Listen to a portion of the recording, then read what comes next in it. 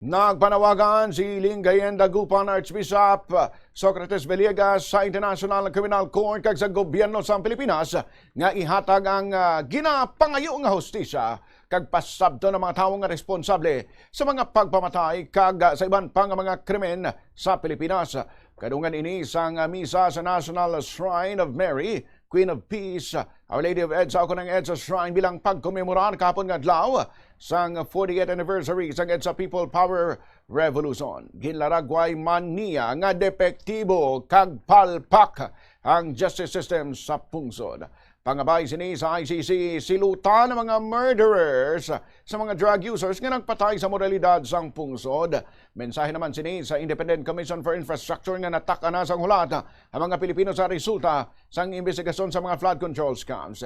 Ginsitaman sini ang mga government officials nga nagapamalabag sa impeachment proceedings kag ginhambalan nga mag-resign na lang.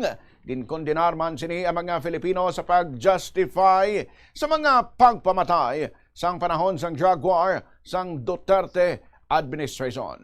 Nagabay naman ini sa mga pamatanon nga mangin bag-o nga Saints of EDSA kag mangin kritikal sa ilang pagpili sa ilang nga mga lideres. ICI, kayo naman, sana more. Inip na kami. Mga korap at mga kasabwat ng korap, kayo naman. Kayo naman ang dapat alisin sa gobyerno. Katulad ng diktador na inalis ng bloodless people power. Mga tsinador, mga hindi alam ang ibig sabihin ng forthwith, at pinipilipit ang impeachment process, kayo naman ang mag-resign. Katulad ng nag-resign ng EDSA 2, ginhawa sa bayan kung wala tulad ninyo sa gobyerno. ICC at The Hague, kayo naman.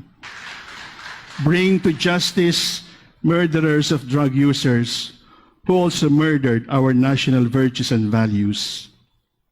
Help us restore justice and order in this land that has lost its virtues. Our justice system is defective, not ideal. The political will is weak, not ideal. Irresponsibility and immaturity hover over our land, far from ideal. We are way down below the ideal.